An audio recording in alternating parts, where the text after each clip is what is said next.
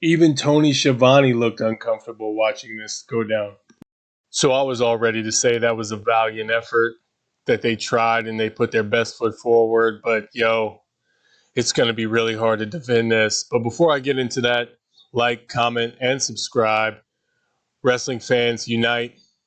So I just got done watching AEW Dynamite, and I was a little anxious about this whole segment. I was wondering how they were going to pull it off, and they showed the footage, and it was exactly what we all thought it was going to be. It was a scuffle. Nobody came out of it looking valiant or bigger or better. There was a monitor that was thrown to someone off camera. I'm assuming it was Tony Khan.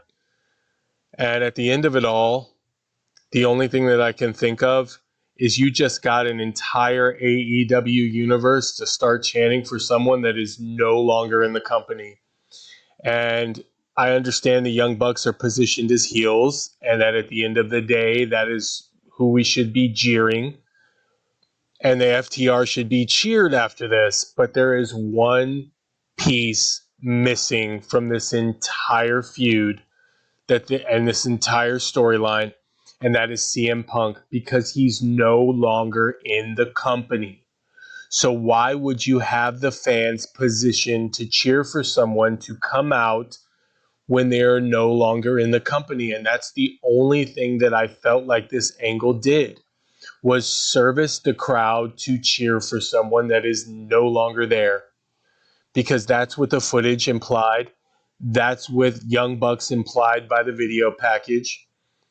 So the FTR now are one person down going into Dynasty.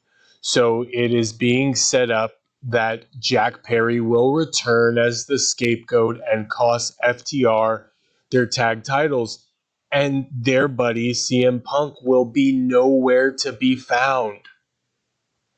I just don't understand how that is going to work.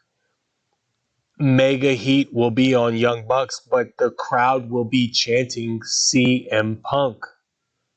Like, look, I am completely impartial Marshall here, but I just don't understand how this is going to work long term for the company.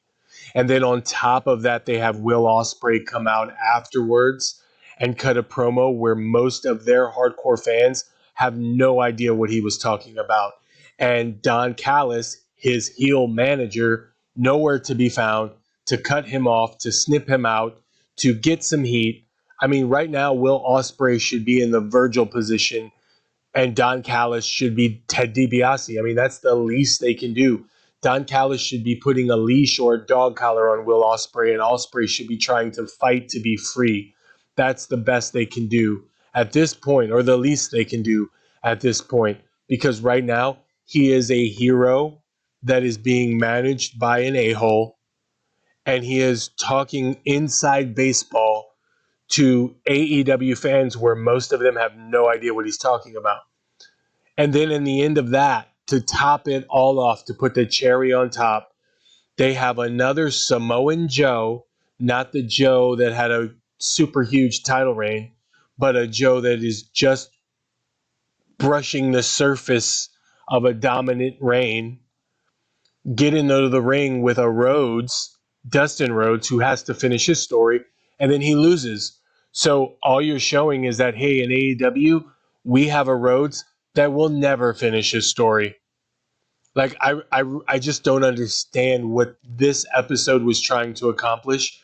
I'm hoping that they at least get a peek in the ratings, but the ratings are not going to indicate long-term viewership into storylines if all of the storylines that are laid out don't have the logical conclusion of getting what they want.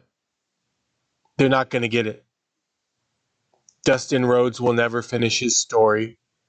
The FTR will never have CM Punk come to the rescue. So what's the overall goal? What are we looking forward to? You fans, let me know what you think. I already was going into it with a tepid response. I didn't think it was going to be huge. But this, I just don't see how anybody wins on this. But you let me know what you think. Let me know in the comments. Like, comment, and subscribe. Thank you so much for your continued support. I appreciate it. The 60-second Dynamite review is incoming. Wrestling fans, stay united.